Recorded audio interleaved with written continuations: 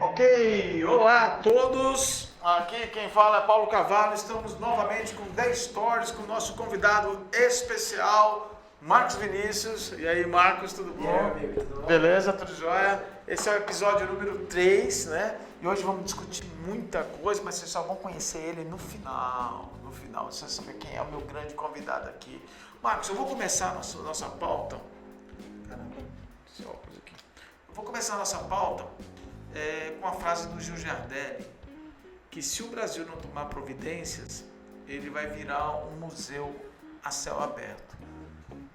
Você concorda ou não concorda? O que você acha que esse museu a céu aberto está relacionado à falta dessa cultura de inovação, não só nas empresas como nas startups, se a falta de players governamentais que investam na educação digital das crianças para se envolverem mais. Qual é a tua opinião sobre isso, se você concorda ou não concorda? Legal. Bom, primeiro, obrigado pelo convite, Paulo. Prazer estar aqui falando com vocês. Acho que a primeira coisa que a gente tem que entender é a diferença dos dois tipos de inovação que existem, né? A gente tem o primeiro, a inovação incremental, que é aquela que você melhora algo que já existe, e você tem a disruptiva, que é aquela que você inventa algo novo. Ok. O Brasil é muito bom em copiar os outros, né? A gente é um país de commodity, a gente é muito bom em copiar os outros ou tentar melhorar o que já existe. E talvez esse seja o centro dessa frase do Gil. É o seguinte, cara, o Brasil ele copia muitos outros, só que ele não está desenvolvendo tecnologia. A tecnologia está avançando muito em outros lugares. Será que vai chegar um ponto que a tecnologia vai avançar tanto em outros lugares que a gente não vai mais conseguir copiar aqui? Eu acho que esse é o ponto que ele está querendo colocar, né? E aí a gente não vai mais conseguir acompanhar o mundo. Porque é um fato. O Brasil, um outro dado super interessante, só 5% dos brasileiros falam inglês fluente. 5%. Só 5%. Ou seja, o Brasil é uma ilha em relação ao restante do mundo. O mundo inteiro fala inglês, né? Você vai em Portugal, português médio, uma pessoa que não tem nem ensino superior, fala inglês fluente, ele é alfabetizado em 2 línguas. Então assim, se a gente não entender essa mudança que precisa ser feita na base da nossa educação, e aí lógico, essa mudança generalizada chegar até a academia, o que acontece? A gente acaba perdendo essa capacidade de inovar de forma incremental, né? E aí se a gente for para a disruptiva, meu amigo, aí A coisa fica pior ainda, né? a gente tem que correr muito nessa estrada aí para poder conseguir chegar em algum lugar mais à frente. Mas aí você tocou num assunto que é interessante. A cópia da China, né? Ou seja, a China começou, eu me lembro até hoje, que os amigos iam para o Paraguai, traziam uns tênis da Nike importados, Mizuno, né? E eu achava que aqueles tênis eram original, mas tudo era da cópia do Paraguai, feito em made in Taiwan, né? Você lembra? Tudo vinha made in Taiwan. A China adotou um modelo meio duro, né? De copiar as coisas dos outros. E hoje você vê a China desenvolvendo tecnologia. Tá certo que a gente não vai copiar esse modelo, mas será que o fato de você copiar e colocar as pessoas na fábrica fazendo aquele produto, mesmo sendo uma cópia, quando a gente fala de eletrônicos, não começou a gerar know-how e não começou a criar assim um ecossistema de pessoas que já sabiam trabalhar com componentes eletrônicos, com, no caso, hardware, com software, e aí estimulou as universidades e o governo a injetar recursos em pesquisa para poder fomentar novas tecnologias? Total. Se você olha um pouquinho essa história da China, Paulo, a decisão deles foi de sair de um país comunista fechado para ser um país comunista completamente capitalista, né? Eu não entendo até hoje esse sistema. Então assim, o que acontece? Eles viram o seguinte, cara, eu não tenho dinheiro suficiente, não tenho conhecimento suficiente para eu me combater com os outros. Fizeram um plano de longuíssimo prazo, onde a primeira coisa foi trazer o processo de industrialização do meu país. Então a primeira coisa foi, cara, vamos botar indústria, vamos produzir o que o mundo quiser, salário lá embaixo, porque o nosso povo também é pobre, então vamos seguir nisso aqui. E aí acabou virando um grande celeiro de produção do mundo, né, a China. A Apple cria nos Estados Unidos, fabrica na China e vende nos Estados Unidos de volta. Por quê? Porque o custo de produção é muito menor, né? Só que com esse processo de industrialização veio o que? Dinheiro. Veio investimento, veio crescimento. E a partir dali que eu consigo captar todo esse investimento, toda essa cadeia produtiva para o meu país, eu começo a ter capacidade de investir em quê? Na disrupção.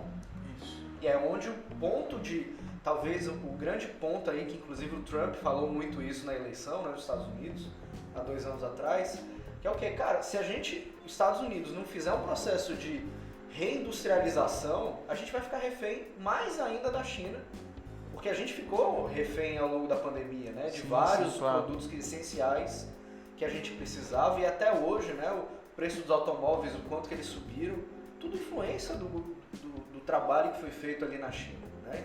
Enquanto isso, eles compraram muito commodity, compraram terra, não sei se você sabe, mas Os africanos que digam, né? Os africanos, a Amazônia, Amazônia. muita coisa está sendo vendida para chinês, porque eles têm grana, estão comprando os celeiros de produção de alimento do mundo. Isso é muito importante, porque eles vão bater nisso. Assim, o que é que você precisa de alimento? Cara, tá comigo. Ah, você precisa fabricar? Cara, tá comigo. Então eles estão, toda a indústria de base, eles estão tomando para si, e aí o dinheiro vai ficar na mão deles, e aí eles vão tirar essa capacidade americana que tem de fazer tanta riqueza, né? Porque os Estados Unidos, ele compete como? Ele ainda é a fábrica de fazer dinheiro no mundo, né? Mas ainda depende muito desse processo industrializado chinês. Então, essa briga aí vai ser interessante ver, inclusive pela disputa por Taiwan, que você acabou de citar. Exatamente. Então, mas o modelo chinês foi esse, assim, cara, eu primeiro trago indústria, trago grana, trago capacidade, e agora eu vou ter a capacidade de fazer disrupção no meu mercado.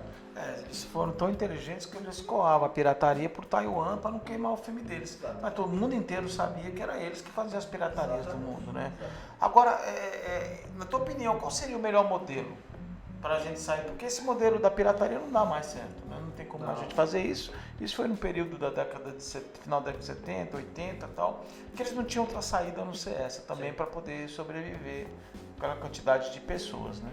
Até o problema de ter só um filho e tal, tudo mais. Mas qual saída para o Brasil?